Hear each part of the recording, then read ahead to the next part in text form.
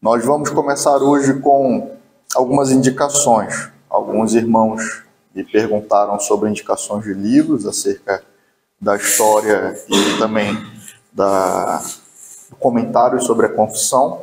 Nós não temos muitos comentários em português, mas graças a Deus os que temos atualmente são excelentes.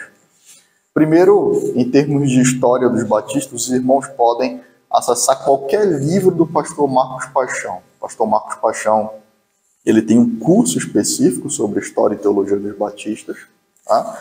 E ele também tem publicado livros em sequência. Então, começando desde a origem, investigando cada pormenor da teologia dos batistas, são livros que estão saindo gradativamente para que ele possa exatamente trabalhar em todos os detalhes. Então, no futuro, quando essa coleção estiver finalizada, vai ser uma coleção excelente, meus irmãos. Nós também temos publicados em português atualmente o Edificação em Beleza, do autor James Renihan, e temos também alguns comentários do pastor Marcos também sobre a confissão, tanto a primeira de 1644, como também começou a publicar alguns sobre a segunda de 1689, que é a que nós estamos trabalhando. Bom? E o comentário também do pastor Sam Waldron, tá? Que saiu recente, comentário bem robusto e muito bom também sobre a confissão, meus irmãos. Então, são alguns livros que eu posso recomendar. No final, os irmãos, se quiserem procurarmos o pastor Henrique, o pastor Marcos também já tem acesso a esses livros, com certeza conseguirão indicá-los para os irmãos. Amém? Vamos dar continuidade, então.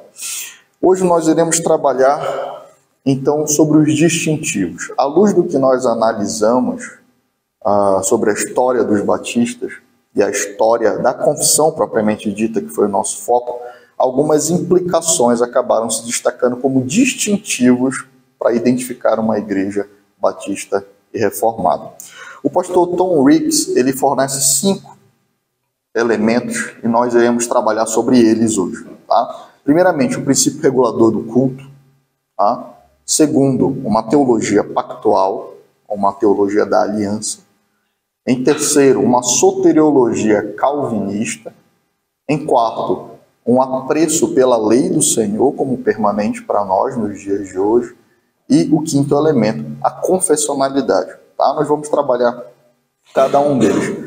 O primeiro elemento, meus irmãos, de uma igreja batista reformada é o princípio regulador de culto. E isso é uma herança puritana.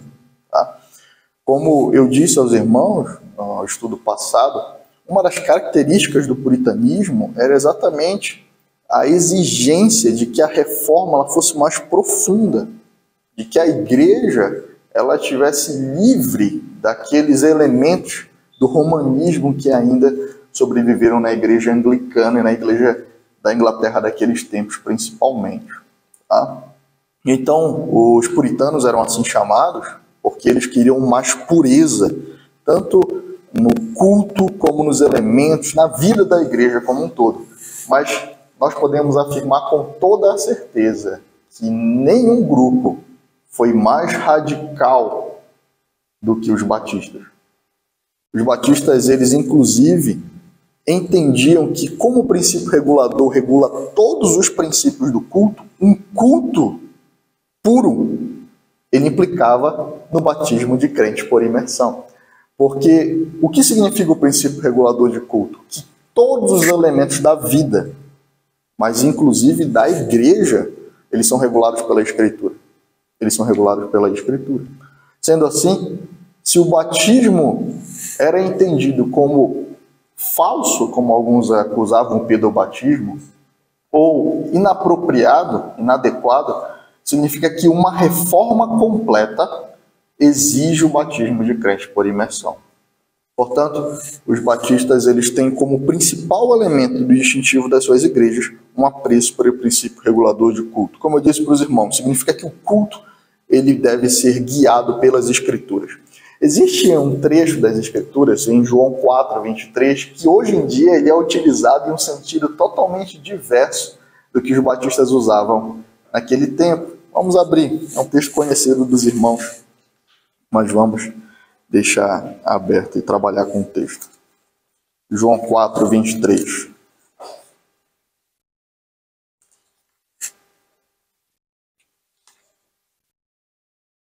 Aqui nós temos o encontro do Senhor Jesus Cristo com a mulher samaritana.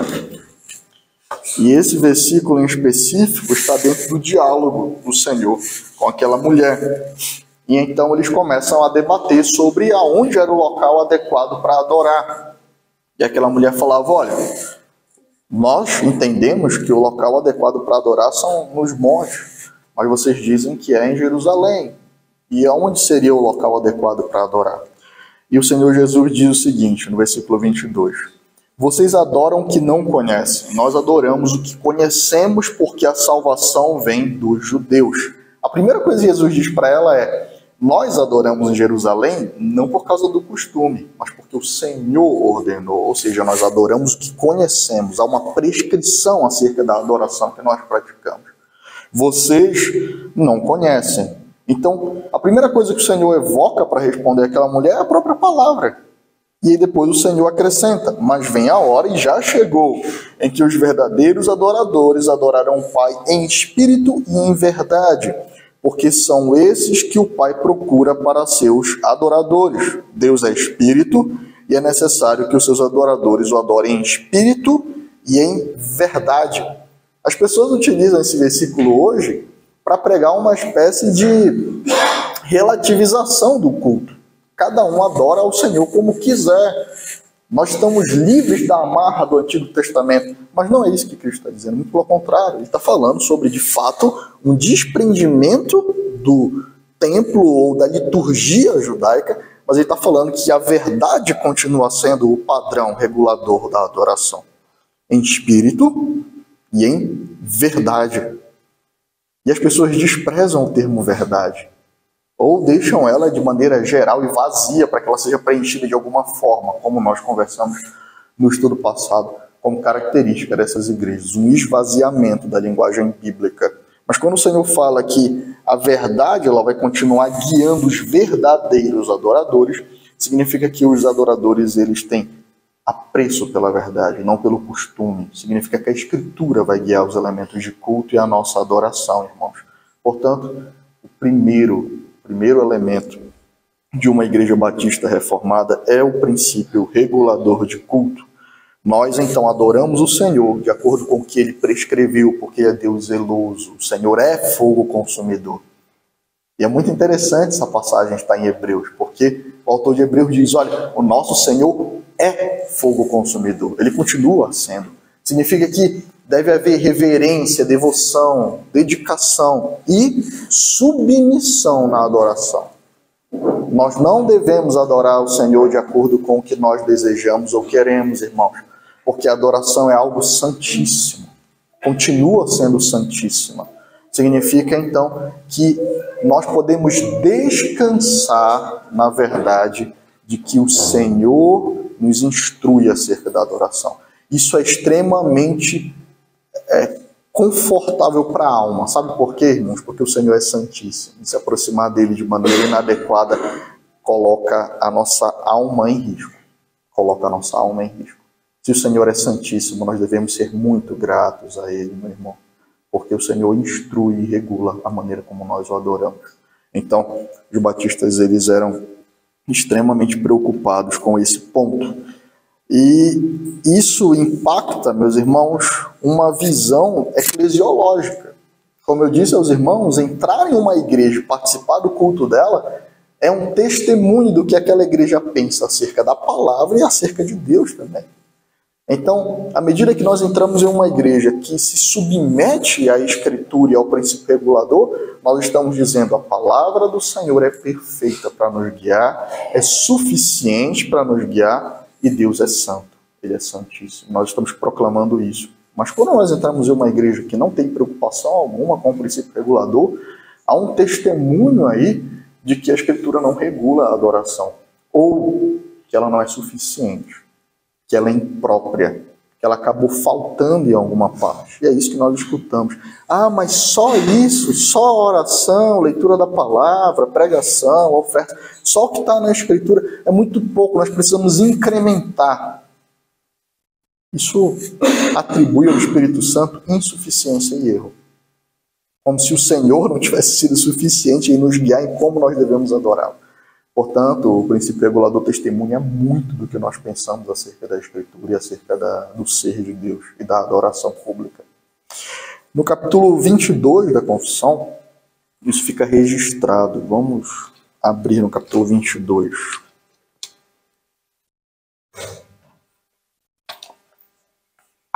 Nós temos, então, como testemunha dessa marca que eu disse aos irmãos, um capítulo sobre o culto e o dia do Senhor.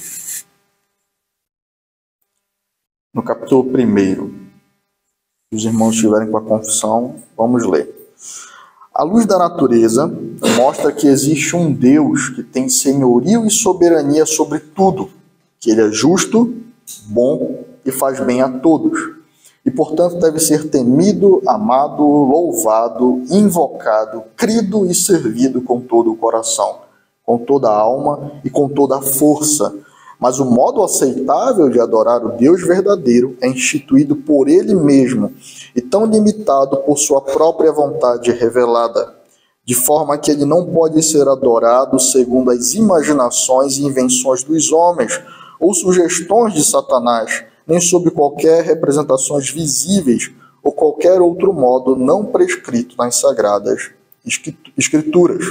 Então observem, meus irmãos, que os batistas não somente criam isso, mas eles deixaram registrado na confissão.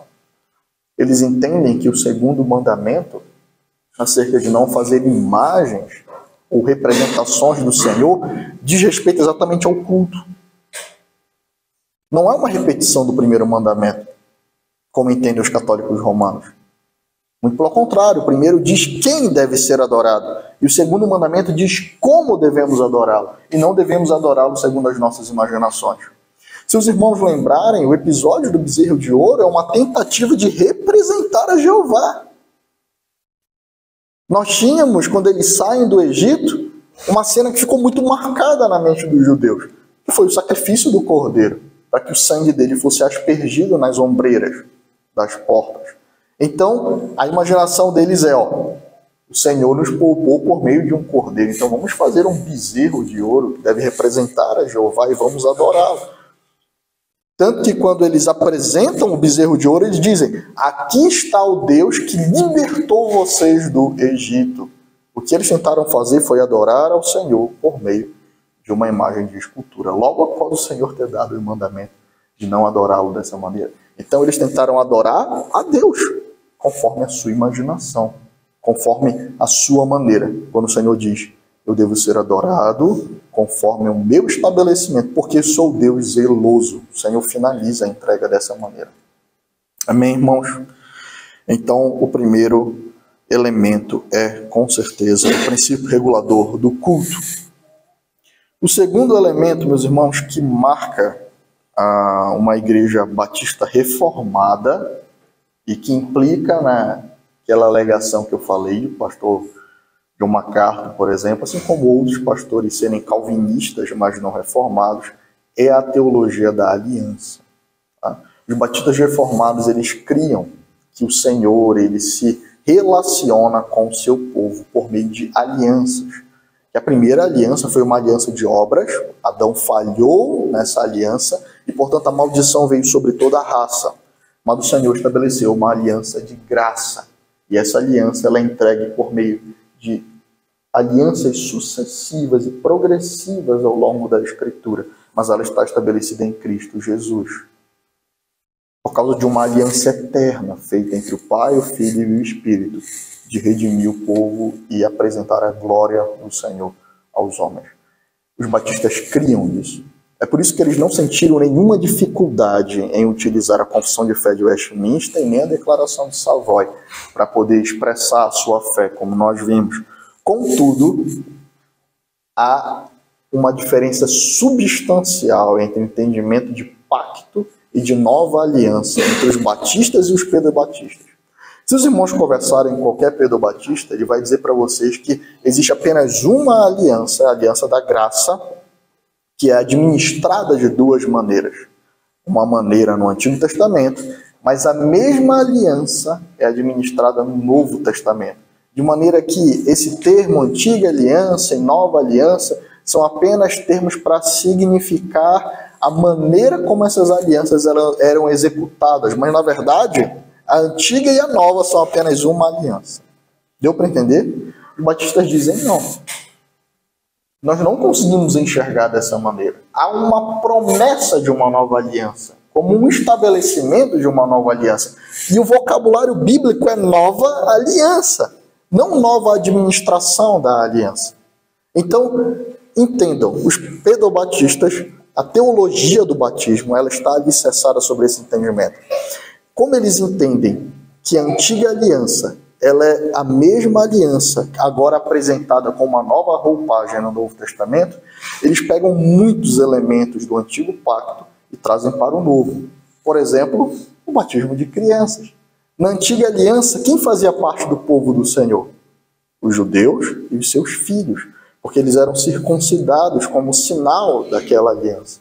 Mas se eu entendo que é a mesma aliança, significa então que essa visão de o povo e os seus filhos continua sendo válida para a nova aliança. Então eles dizem, faz parte do povo do Senhor, os crentes e os filhos dos crentes. Assim como as crianças eram circuncidadas, agora os bebês são batizados, porque a única coisa que muda é o sinal. Mas, meus irmãos, não é isso que nós lemos na Escritura. Em Gálatas 3, o Senhor diz que aqueles que são filhos de Abraão são aqueles que creram como Abraão. Mas, desde o Antigo Testamento, a promessa da nova aliança faz uma distinção radical entre quem de fato é povo do Senhor. A grande questão é essa: quem faz parte do povo de Deus? Para um presbiteriano e um congregacional, o povo do Senhor na terra ele é misto. Ele é composto de crentes e dos filhos dos crentes. Todo filho do crente é crente, irmão? É ou não? Não. E, na verdade, os filhos dos crentes como os bebês, nenhum deles é crente ainda, não é verdade? Nenhum deles professor. Tanto que entre os pedobatistas nós temos a profissão de fé posteriormente para que eles passem a ser membros comungantes. E eles passam, então, a tomar a ceia. Observem, então, que nós começamos a ter muitos desdobramentos não bíblicos, e sim teológicos. Tá? Extra-bíblicos, até antibíblicos. Para nós que somos batistas entendemos dessa maneira. Mas nós não entendemos assim. Nós entendemos que a nova aliança ela é substancialmente diferente da antiga. A antiga ela era, de fato, para um povo e a sua descendência carnal, mas ela apontava para uma descendência espiritual, para aqueles que criam, como Abraão creu. E outra coisa, entre o povo do Senhor, todos os que são chamados povo do Senhor e fazem parte da nova aliança, são crentes e convertidos. Portanto, ela é totalmente diferente da antiga. Ela tem substância diferente. Na antiga, nós tínhamos a possibilidade de crentes e não crentes. Afinal de contas, o pacto era externo. Agora, na nova aliança, nós temos uma aliança feita no coração. E, portanto, todos os que são de fato povo do Senhor são crentes. Vamos analisar o texto e com certeza vai ficar mais claro para nós o que nós estamos conversando. Vamos primeiramente para Jeremias 31. Nós vamos gastar algum tempo nesse segundo ponto, como eu havia anunciado aos irmãos no estudo anterior, tá bom? Jeremias 31. Vamos ler desde o versículo 31, irmãos. 31, que é até fácil de memorizar, né?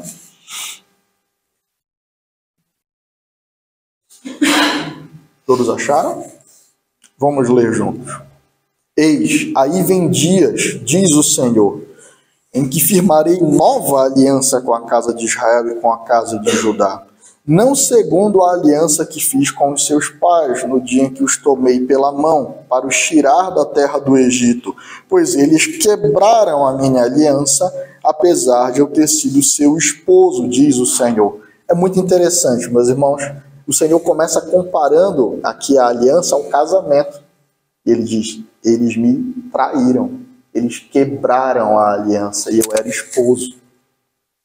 E ele diz, eu farei uma nova aliança, porque a aliança que eu fiz com seus pais, quando eu os tirei da terra do Egito, ela foi quebrada.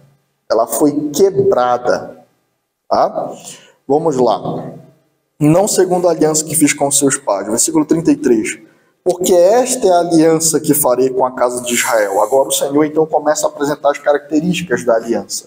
Depois daqueles dias, diz o Senhor, na mente lhes imprimirei as minhas leis, também no seu coração as inscreverei. Eu serei o Deus deles e eles serão o meu povo. Não ensinará jamais cada um ao seu próximo, nem cada um ao seu irmão, dizendo, conheça o Senhor, porque todos me conhecerão. Desde o menor até o maior deles, diz o Senhor, pois perdoarei as suas iniquidades e dos seus pecados jamais me lembrarei. Assim diz o Senhor, que dá o sol para a luz do dia, e as leis fixas à lua e as estrelas para a luz da noite, que agita o mar e faz bramir as suas ondas. Senhor dos exércitos é o seu nome. Se estas leis fixas falharem diante de mim, diz o Senhor, também a descendência de Israel deixará de ser uma nação diante de mim para sempre. Assim diz o Senhor, se puderem ser medidos os céus lá em cima e sondados os afundamentos da terra cá embaixo, também eu rejeitarei toda a descendência de Israel por tudo que fizeram, diz o Senhor. Eis que vem dias, diz o Senhor, em que esta cidade será reedificada para o Senhor, desde a torre de Hanael até o portão da esquina. E o Senhor continua então entregando a profecia de Jeremias. Mas observem, irmãos, é uma nova aliança. O vocabulário bíblico, ele é bem claro. Um outro ponto, quando nós apresentamos esse texto aqui para os pedobatistas, geralmente eles falam, olha, quais são as características dessa nova aliança? Primeiramente, diz que ele imprimirá as leis na mente, no coração será escrito, eles serão Deus e povo. Ele falou, e os crentes do Antigo Testamento? Eles não estavam na Antiga Aliança? E eles não tinham esses elementos neles? Tinham. Com certeza eles tinham. Mas há um elemento que não é semelhante à nova aliança, irmãos. Todos me conhecerão. Todos. Não cabe descrente aqui. Não cabe alguém que não tenha professado a fé. Não cabe alguém que não conhece o Senhor. Todos me conhecerão. E o interessante é que o autor de Hebreus vai pegar exatamente esse texto e ele vai defender que existe uma nova aliança, para que os hebreus eles não fiquem presos à antiga. Ele fala, irmãos, a carta de Hebreus é para isso, irmãos, é para explicar como a antiga aliança ela cessou e uma nova aliança foi estabelecida em Cristo. De maneira que os crentes do Antigo Testamento criam no Messias prometido na Antiga Aliança. A Antiga Aliança é uma aliança de promessa e a nova aliança é a consumação da promessa. E ela é substancialmente diferente da antiga. Vamos para o texto de Hebreus. Isso aqui é um suprassumo, tá, irmãos? Só sobre a aliança o pastor Henrique vai trabalhar com vocês aí há alguns anos, né, pastor? Vamos até... Já estamos, né? Até o final, vamos lá, até o final dos nossos dias. Vamos abrir em Hebreus, irmãos.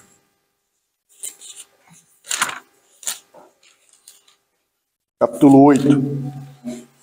Vamos ler o texto de Hebreus e vamos ler a utilização do texto de Jeremias.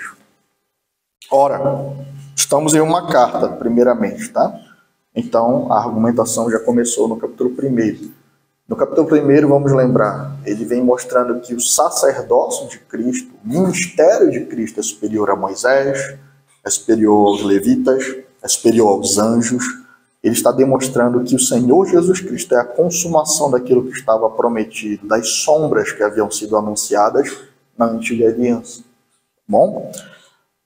Depois nós vamos ler mais um texto. Vamos ler. Versículo 1. Ora, o essencial das coisas que estamos dizendo é que temos tal sumo sacerdote que se assentou à direita do trono da majestade nos céus, como ministro do santuário e do verdadeiro tabernáculo que o Senhor erigiu, e não homem. Pois todo sumo sacerdote é constituído para oferecer dons e sacrifícios. Por isso era necessário que também esse sumo sacerdote tivesse o que oferecer. Se ele estivesse na terra, nem mesmo sacerdote seria, visto existirem aqueles que oferecem os dons segundo a lei. Estes ministram em figura e sombra das coisas celestiais, assim como Moisés foi divinamente instruído quando estava para construir o tabernáculo. Pois Deus disse: tenha cuidado para fazer tudo de acordo com o modelo que foi mostrado a você no monte. Mas agora Jesus obteve um ministério tanto mais excelente, quanto é também mediador de superior aliança, instituída com base em superiores promessas. A superior aliança está instituída em superiores promessas. Porque se aquela primeira aliança tivesse sido sem defeito, de maneira alguma estaria sendo buscado lugar para uma segunda aliança. E de fato, repreendendo-os, diz: eis, aí vem dias, diz o Senhor, e firmarei nova aliança com a casa de Israel e com a casa de Judá, não segundo a aliança que fiz com os seus pais no dia em que os tomei pela mão para os tirar da terra do Egito, pois eles não continuaram na minha aliança, e eu não dei atenção a eles, diz o Senhor. Porque esta é a aliança que farei com a casa de Israel. Depois daqueles dias, diz o Senhor, imprimirei as minhas leis na mente deles e as escreverei sobre o seu coração. E eu serei o seu Deus, e eles serão o meu povo. E não ensinará jamais cada um ao seu próximo, nem cada um ao seu irmão, dizendo: conheça o Senhor. Porque todos me conhecerão, desde o menor até o maior deles. Pois para com as suas iniquidades usarei de misericórdia, e dos seus pecados jamais me lembrarei. A conclusão, irmãos, quando ele diz nova aliança, torna antiquada a primeira. Ora, aquilo que se torna antiquado e envelhecido está prestes a desaparecer. Versículo 1 do capítulo 9. Ora, a primeira aliança também tinha preceito de culto divino e o seu santuário terrestre, porque foi edificado um tabernáculo, cuja parte da frente estava um candelabro, a mesa, os pães de proposição, que se chama Santo Lugar. Por trás, segundo o véu, se encontrava o tabernáculo, que se chama Santo dos Santos, ao qual pertencia um altar de ouro para o incenso e a arca da aliança, totalmente coberta de ouro, na qual estava uma urna de ouro contendo o maná, o bordão de Arão, que floresceu, e as tábuas da aliança. Sobre a arca estavam os querubins de glória, que com a sua sombra cobriam o propiciatório, mas dessas coisas não falaremos agora com mais detalhes. E ele vai começar a falar sobre o culto e o sacrifício, e ele vai finalizar dizendo: Cristo é o sacrifício superior ao que era oferecido antigamente. Então, de maneira muito clara, ele diz: a antiga aliança se tornou antiquada. Outra coisa, quando você fala para alguém, conheça o Senhor, o que você está dizendo para essa pessoa, irmão? Qual é o ato que você está fazendo? Conheça o Senhor. Na minha cabeça, você está evangelizando. Alguém que não conhece a Deus. É um convite. Conheça o Senhor. Na antiga aliança, isso era possível. E nós vimos que Israel o apostatou. Nós vimos que o povo do Senhor, é óbvio, havia um remanescente, mas nós vemos que, de maneira geral, aqui, eles quebraram o pacto como povo, como nação. Os reis se tornaram reis perversos. Eles quebraram a aliança do Senhor. E era possível. Nós vimos reis perversos, filhos de reis ainda mais perversos. Nós vimos Elias clamando diante de um povo: olha, ó Deus, ó Baal!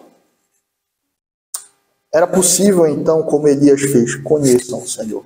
Mas na nova aliança, não. Todos me conhecerão. Não há entre o povo do Senhor alguém que não conhece na nova aliança estabelecida no Senhor Jesus Cristo. E alguns podem dizer: então os crentes do Antigo Testamento, eles estavam sobre eles não foram salvos, ou eles estavam sobre uma aliança antiga e foram salvos pelas obras? Não, irmãos. Sabe como Paulo chama as alianças que foram feitas no Antigo Testamento com Davi, a aliança que foi feita com Abraão, a aliança que foi feita com os patriarcas e com o povo do Senhor? Alianças da promessa. Eles creram em Cristo prometido, e nós cremos no Cristo que nós vemos, mas é o mesmo Cristo, no Cristo anunciado, revelado na nova aliança.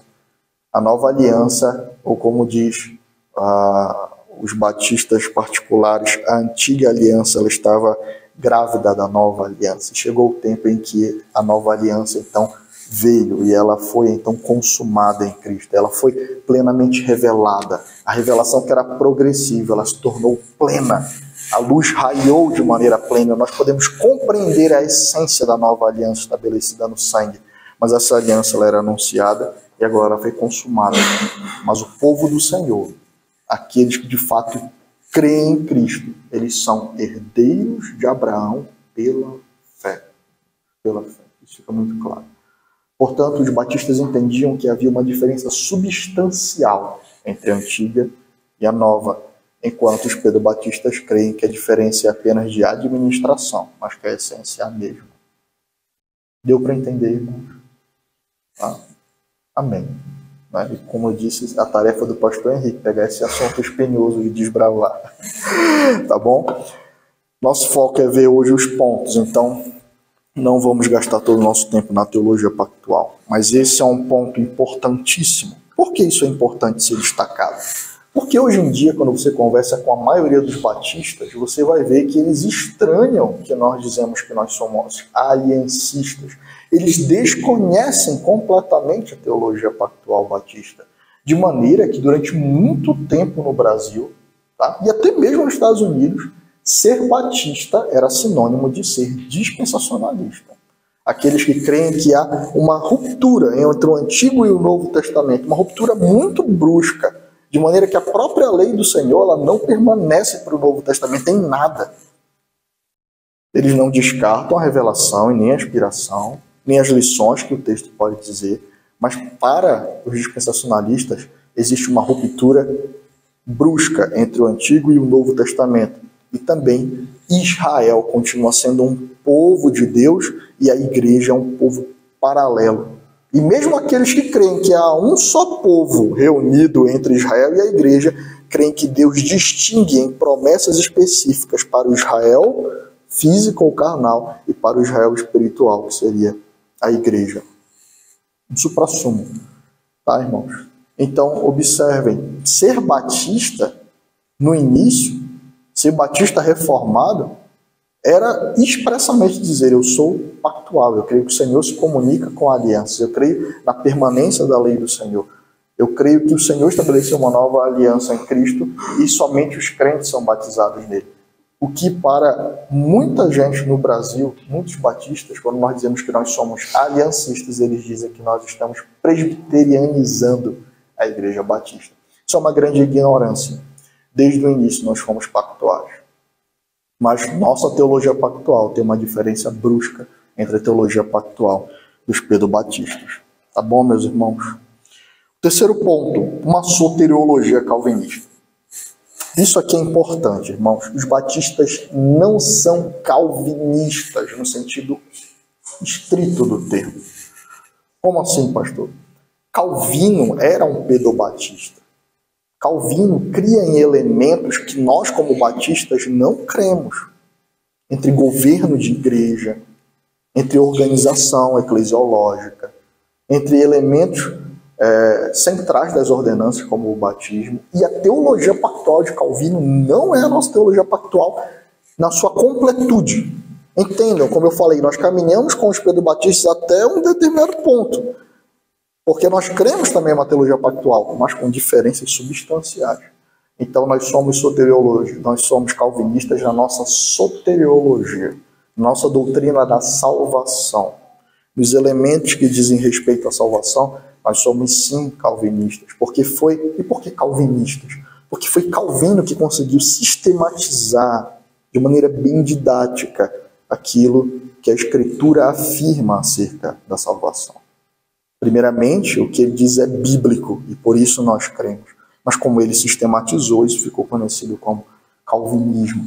E como a doutrina da salvação de Calvino é bem robusta, acabou que o termo calvinista começou a ser associado somente à questão soteriológica. Eu sou soteriologicamente calvinista, então sou calvinista. Mas eu disse para os irmãos que os batistas, no início, eles se chamavam de batistas particulares. Porque eles se diferenciavam, eles se chamavam assim, dos batistas gerais, nos termos da expiação.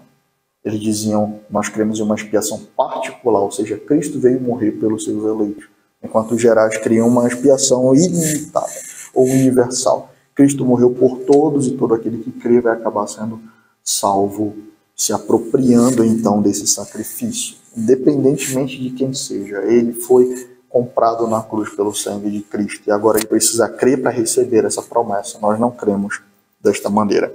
O que importa então em uma soteriologia calvinista? Primeiramente, os batistas eles creem em uma depravação total. Essa noção de que o pecado não afetou o homem de maneira radical, como a depravação também é chamada, e eu prefiro esse termo, depravação radical, porque diz respeito a afetar a raiz, a fonte. E se uma fonte é contaminada, todo o rio é contaminado. Na Segunda Guerra, os russos eles utilizaram uma estratégia de cidade desolada, né, para vencer os nazistas enquanto eles avançavam. Eles utilizaram uma estratégia de destruir as cidades que os nazistas vinham se aproximando. E uma das formas era envenenar as fontes de água. Porque se você envenena a fonte, você envenena tudo. Não tem como tirar algo bom de uma fonte impura. Jó diz isso no capítulo 14. Então nós cremos que o pecado afetou radicalmente o homem, a sua essência, o seu coração. E tudo então que o homem faz, tanto em pensamento como em atos, como em vontade, estão radicalmente afetados pelo pecado. O homem foi uma queda brusca, uma separação do Senhor. Então os termos utilizados pela Escritura, morte, separação, queda, depravação, iniquidade, transgressão, não são zonas de penumbra, eles são radicais. Eles dizem respeito a todo o ser do homem. Nós cremos também que o Senhor graciosamente nos salva por uma graça irresistível. O homem não queria a Deus, mas Deus graciosamente se aproxima de nós. Essa graça ela é irresistível. A partir do momento que o Senhor traz vida àquilo que era morto, a partir do momento que o Senhor traz da sepultura ossos secos e o torna vivo, a natureza de alguém morto espiritualmente é se afastar de Deus, mas a natureza de alguém vivo espiritualmente é buscar ao Senhor. Portanto, se alguém está vivo, ele buscará a Deus espiritualmente. E essa graça é irresistível. É óbvio, irmãos, que nós sempre cremos que há sim responsabilidade no homem, que o homem deve crer, que ele deve buscar ao Senhor, que quem deposita fé em Cristo somos nós. Mas essa graça é irresistível. A partir do momento que os olhos são abertos, o coração volta a pulsar, a mente começa a pensar como alguém vivo espiritualmente, a contemplação do Senhor é irresistível. E o Senhor então nos salva de maneira irresistível. Essa eleição ela é incondicional. O Senhor elege, portanto, aqueles que serão salvos incondicionalmente. Cristo morre por esses eleitos, somente por esses eleitos. E é por isso que eles são salvos, porque Cristo os comprou, porque o sangue do Senhor foi eficaz. Existe um hino, né? O pessoal canta na Fiel, nenhuma gota de sangue eficaz foi em vão na cruz derramada. Cristo não derramou sangue por alguém que vai rejeitá-lo. Cristo não veio morrer por alguém que o desprezou. Pelo contrário, a expiação que Cristo faz na cruz, a pacificação que Cristo expiar é isso. Cristo veio morrer na cruz para pacificar os homens com Deus, para remover a iniquidade desses homens. Significa que toda essa obra feita lá foi eficaz. Ela encontrou cumprimento, ela encontrou plenitude. Nós não podemos dizer, olha, Cristo morreu na cruz por você, mas você irá para o inferno. Isso para mim é muito mais contraditório, irmãos. É muito mais antibíblico do que qualquer outra coisa que eles venham nos acusar. Portanto, a expiação do Senhor, ela é limitada ou particular. Por que particular? Porque ela foi feita de maneira especial por cada um indivíduo salvo, contado, separado pelo Senhor na sua soberana vontade. E esses salvos, eles perseverarão. A perseverança dos santos é a perseverança de Cristo, irmãos. A doutrina da perseverança dos santos é a perseverança de Cristo. Alguns não gostam de usar a frase uma vez salvo, salvo para sempre, mas ela é real. Existe uma ilustração dos crentes sendo conduzidos. no Salmo 22, no Salmo 24, perdão, Salmo 22, 23, do pastor. Acertei, era meio termo. Né? No Salmo 23, nós temos o Senhor falando que Ele é o nosso bom pastor. Significa então que esse bom pastor não deixará as ovelhas serem comidas pelos lobos, não deixará que as ovelhas se percam por nenhuma negligência. É um pastor que não comete lapsos. Aquele que nos salvou, nos conduz. E é interessante que o Salmo 23, ele começa falando sobre pastos verdejantes, ele fala sobre o vale da sombra da morte, mas ele finaliza na casa do Senhor em um grande banquete. É aí que o Senhor nos levará. Ele não deixará que nenhuma das suas ovelhas se percam. Ele afirma isso explicitamente em João 10. Nenhuma das ovelhas que o Pai me deu escaparão da minha mão. O Pai entregou as ovelhas a Cristo. Ele as redimiu, ele as expiou, ele pacificou essas ovelhas com o Senhor. E ele assegura que ele as conduzirá com sua vara e o seu cajado. Ele conduzirá, as disciplinará, irá protegê-las e nenhuma perecerá. Entendam que a perseverança dos santos está alicerçada sob a competência de Cristo como pastor. Nós precisamos entender isso. Cristo é um pastor perfeito. Não há falhas nele.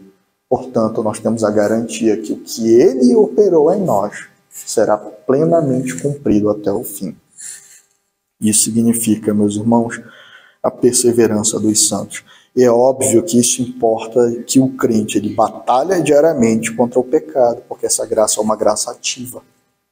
O crente rejeita aquilo que Deus rejeita, ele odeia o que Deus abomina, ele ama o que Deus ama, porque Cristo ele conduz os crentes, não como um bando de acéfalos, mas como pessoas que estão ativamente sendo transformadas, operadas, conduzidas, redimidas, santificadas no seu coração, na sua essência.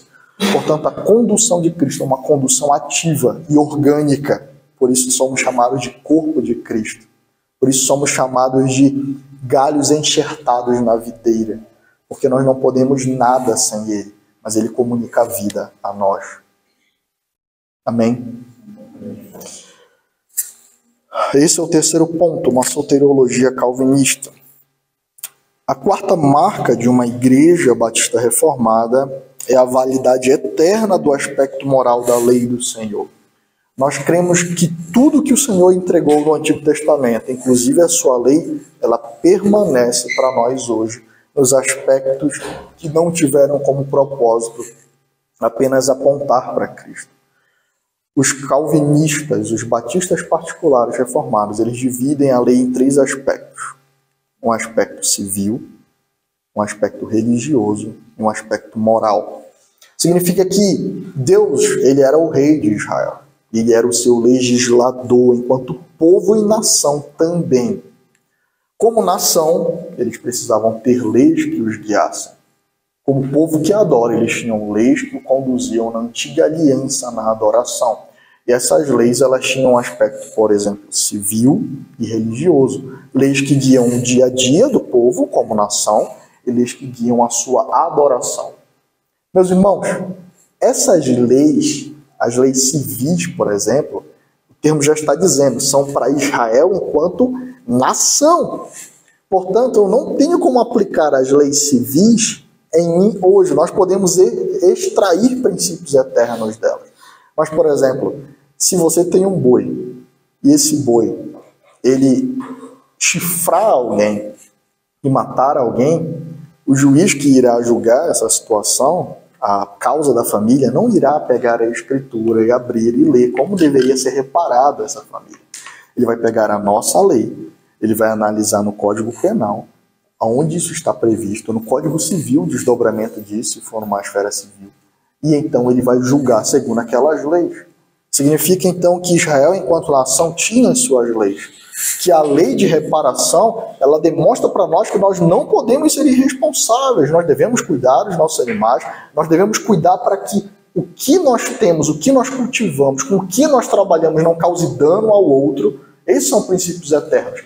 Mas nós não iremos aplicar isso enquanto lei, porque era uma lei nacional para Israel. A questão das paredes da casa, quando dá mofo na parede, né? você deveria derrubar. Imagine quantas casas seriam demolidas, né? Pelo menos a minha região é muito úmida. A minha casa já teria sido demolida várias vezes, né? Não é assim que funciona. Então isso era uma lei cerimonial também, da antiga aliança, para o Senhor explicar o efeito do pecado, para o Senhor explicar como o homem era separado dele pelo pecado e apontar para Cristo também. Nós não sacrificamos cordeiros hoje porque nós entendemos que o Cordeiro de Deus foi morto. Aquilo que era anunciado pelas leis cerimoniais, nós vemos hoje de maneira plena na Escritura por meio do Senhor Jesus Cristo. Mas o Senhor entregou leis com princípios morais, e os 10 mandamentos são leis morais, que têm princípios eternos, desdobramentos eternos. Portanto, nós, como batistas reformados, entendemos que os 10 mandamentos, enquanto suprassumo, como condensação das leis do Senhor, eles permanecem sendo válidos para nós hoje, enquanto povo de Deus. Não para a salvação. Ninguém será salvo pela lei, mas como sinal de obediência e submissão a Deus. Deus exige que elas sejam obedecidas, porque a lei do Senhor, ela transcende a aliança de obras, a antiga aliança, que eu quero dizer, tá bom, irmãos? Ela transcende a antiga aliança. O Senhor é eternamente bom, perfeito e exige, então, santidade do seu povo antes de qualquer pacto ter sido feito, antes mesmo da queda. Isso faz parte do caráter de Deus. E os 10 mandamentos, eles apresentam a nós como o Senhor é santo, o que ele exige de nós enquanto seu povo em termos de adoração e em termos de comunhão com o próximo. É isso. Cristo diz, o resumo das 10 mandamentos é: amarás ao teu Deus e amarás o teu próximo como a ti mesmo. Nós dizemos que algum desses mandamentos passou? Nós deixamos de ter a obrigação de amar o Senhor ao nosso próximo? Não. Isso mostra a eternalidade dos 10 mandamentos. Cristo fala, esse é o suprassumo, é isso que eles estão mostrando. E como essas obrigações continuam e continuarão eternamente, eles continuam sendo válidos para nós. Amém? Portanto, uma das marcas de uma igreja batista reformada é um apreço pela lei do Senhor. Isso inclui o dia do Senhor. Isso inclui o princípio regulador de culto, a maneira como nós adoramos a Deus. Nós entendemos que o Senhor continua regulando cada um desses aspectos. Em João 14, é interessante que Cristo, ele atrela o amor a ele, a obediência à sua palavra. Pense em uma palavra que ganhou diversas conotações não bíblicas dentro da igreja, irmãos. Amor. Amor. O amor bíblico lhe foi esvaziado do seu significado em diversas igrejas. É interessante que sempre que o Senhor fala sobre amar, ele fala sobre agir. O Senhor diz, Deus amou o mundo de tal maneira que enviou o seu Filho. Não é um amor sentimental, não é um amor passivo, não é um amor negligente, não é um amor relativizado, não. Deus amou o mundo de tal maneira que enviou o seu Filho. E ele diz, aquele que me ama guarda os meus mandamentos. Amor e obediência não estão dissociados. Isso é uma ação satânica, uma ideia diabólica, dissociar o amor dos mandamentos do Senhor.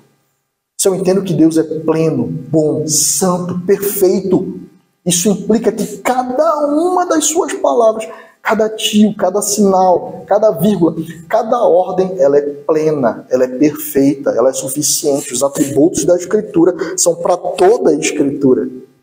Toda a Escritura, irmãos. Significa que eu não posso criar uma lei melhor e que também afrouxá-la seria melhor para o povo do Senhor. Não, é perfeito que o Senhor entregou para nós. Nós, como igreja batista reformada, professamos isso. Somos guiados e regulados pela lei do Senhor, no culto e em toda a vida. Por fim, meus irmãos, uma igreja batista reformada, ela é confessional. Os batistas reformados, eles sempre tiveram como marca a confessionalidade, pelos motivos que eu expus para os irmãos na aula anterior. Alguém lembra? Vamos lembrar alguns. Primeiro, pode ser aleatório, não precisa ser em ordem. Catolicidade da fé. nós fazemos parte de uma fé reformada, de uma fé ortodoxa e bíblica, que vem de muitos anos pela Igreja do Senhor sendo professada biblicamente. Segundo, alguém lembra? Mais um? Identidade. Apesar de nós fazermos parte, nós cremos que a melhor interpretação da Escritura não é o que os nossos irmãos, outros irmãos reformados têm professado, enquanto Pedro Batistas. Então, para nós deixarmos claro os pontos que nós divergimos, nós também apresentamos confessionalidade, para que nós pudéssemos apresentar a nossa identidade de forma pública, para que ela fosse conferida, para que ela fosse lida, para que as acusações que lançaram sobre nós fossem refutadas pela simples publicação da nossa confissão. Mais um ponto. Estou reduzindo eles. Vamos lá. Proteção da igreja, os irmãos lembram disso? Lembrem-se que a confissão foi publicada em meio a uma miscelânea teológica de erros, e hoje em dia também nós estamos. A confissão é eficaz para a instrução, discipulado e proteção da igreja do erro, para que nós caminhemos juntos, sabendo do que nós cremos e avaliando se a nossa fé e os nossos pensamentos acerca do Senhor estão em conformidade com a fé que nós professamos. Tá? Nós temos, meus irmãos, às vezes, a tendência de baixar a guarda em algumas questões. Nós vemos os hereges, esse é o nome, que estão postos na nossa sociedade. Nós vemos pensamento errado de outras pessoas. Nós temos a tendência em pensar que o nosso coração não pode produzir nenhum erro teológico. Mas, na verdade, nós devemos diariamente buscar a lei do Senhor, estudar a lei do Senhor e clamar: Senhor, me livra do erro, me preserva do erro. E a comunhão dos santos, a igreja e a confessionalidade da igreja são instrumentos que o Senhor utiliza para que nós possamos provar nossos pensamentos acerca de Deus, irmãos. Porque ela é uma expressão, uma interpretação da Escritura, é uma resposta. Quando, por exemplo, alguns homens atualmente creem naquela heresia antiga do sabelianismo, que não existe trindade. Deus Pai, ele se fez carne, ele se tornou filho, e depois que ele morreu, ele se tornou espírito. Explicitamente, existe um grupo que crê nisso. O Voz da Verdade. Explícito, né? César Moisés, ele defende isso explicitamente. Se nós viemos a pensar ou dizer, olha, essa ideia parece interessante, nós temos a Escritura e a explicação da Escritura na confissão. E é óbvio, nossos pastores e os nossos irmãos para dizerem, olha, esse pensamento é antigo, esse erro não é novo. Existem poucos erros novos, meus irmãos. Se alguém quiser ser autêntico, como esses coaches querem ser na produção das heresias, eles estão falhando miseravelmente. Essas heresias foram produzidas há muito mais tempo e com uma sofisticação ainda melhor do que a que eles produzem. Né? Mas a confessionalidade é uma marca das igrejas batistas reformadas. Elas expressam a sua fé de maneira pública, de maneira escrita, e quase a totalidade dos batistas reformados, eles têm a confissão de 1689 como padrão de fé, por entenderem que essa confissão ainda expressa a melhor interpretação da Escritura, a melhor expressão do entendimento bíblico. Amém? Essas são algumas marcas que eu trouxe aos irmãos hoje, algumas implicações do que nós estudamos no estudo passado, mais detalhadamente, da produção da confissão e dos motivos pelo qual ela foi produzida. Amém? Alguma dúvida? Por favor, pastor. Se eu souber. O governo congregacional na forma de governo, com certeza, princípio regulador. Tá? Boa pergunta do pastor Henrique, né? O nosso entendimento sobre forma de governo é guiado por qual desses princípios? O regulador de culto, com certeza. Tá? O princípio regulador, nós conhecemos ele por princípio regulador de culto, porque uma das batalhas mais frontais que nós tivemos enquanto igreja sempre foi na questão do culto, irmãos. É uma batalha que a igreja do Senhor tem batalhado desde o bezerro de ouro. Na verdade, até antes disso, né? Quando Abel oferece a sua oferta para o Senhor e Caim oferece o que deu na telha dele. O Senhor fala, olha, isso não vai ser aceito por mim. Essa oferta não é a oferta que eu prescrevi. Se você fizer aquilo que é bom, você será aceito. Então nós vemos que desde a queda, culto é uma zona de batalha da igreja contra Satanás, né? Então, por isso que nós conhecemos o princípio como princípio regulador de culto, mas poderíamos dizer somente princípio regulador da vida, toda a nossa vida, inclusive a vida da igreja regulada pelas Escrituras. E nós entendemos que Deus determinou o governo por assembleia e não entregar as chaves do reino dos céus, são entregue à igreja, como eu disse aos irmãos, não na mão de presbíteros. Tá bom? Amém, pastor? Pode falar. Um presbiteriano, um congregacional, poderia ser sensacionalista? É interessante, né? Porque, por exemplo, o Nelson Darby e o Scofield, eles eram presbiterianos, né? Então, assim, tradicionalmente não, tá? Eu vou defender os presbiterianos aqui, né? Não diz respeito à história deles, é um negócio meio estranho. Assim como a nossa também, tá? É estranho para alguém que se professa como um presbiteriano, ou pelo menos nos padrões de fé, assumir um dispensacionalismo. Isso já foi de variações modernas, né? Tem presbiteriano carismático, inclusive, né? Você não consegue entender presbiteriano carismático. É uma contradição de termo. Brincadeira, tá, irmão? Eu só brinco que presbiteriano é frio, né? Brincadeira. Está sendo gravado, né? Mas não tem mal, pastor, meus irmãos presbiterianos. É brincadeira, irmão. Tá bom? Mas tem, até isso tem, né? Então, existem sim alguns presbiterianos que, modernamente, eu não vou citar de nome para não cometer nenhuma injustiça, tá, pastor? Mas me vem alguns na cabeça aqui, tá? Mais alguma dúvida, irmãos?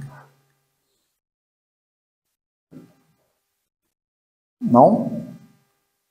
Lá na minha igreja, quando eles dizem que não tem dúvidas, eu começo a perguntar. Mas aqui, vamos apenas orar para nós passarmos para o segundo momento. Amém?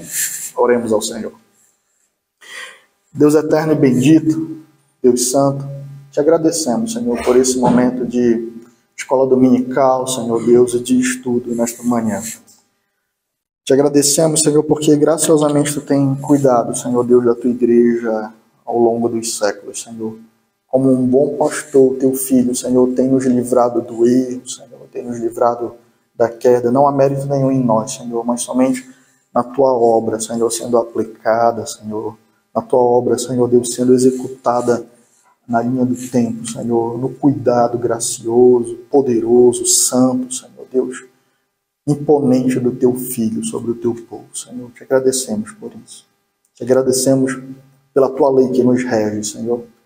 Onde podemos encontrar a tua santidade, podemos encontrar, Senhor Deus, a tua vontade perfeita e santa, e descansar, Senhor Deus, que não seremos frustrados, confundidos, Senhor, não seremos, Senhor Deus, enganados pela tua palavra, porque tu és santo e verdadeiro, Senhor.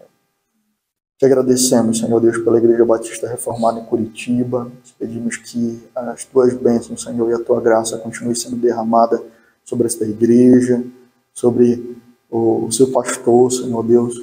Te agradecemos, Senhor, pela vida dos irmãos e pedimos, Pai, guarda a tua igreja e a conduz para a glória do teu nome. O que nós pedimos em Cristo e te agradecemos, Senhor. Amém.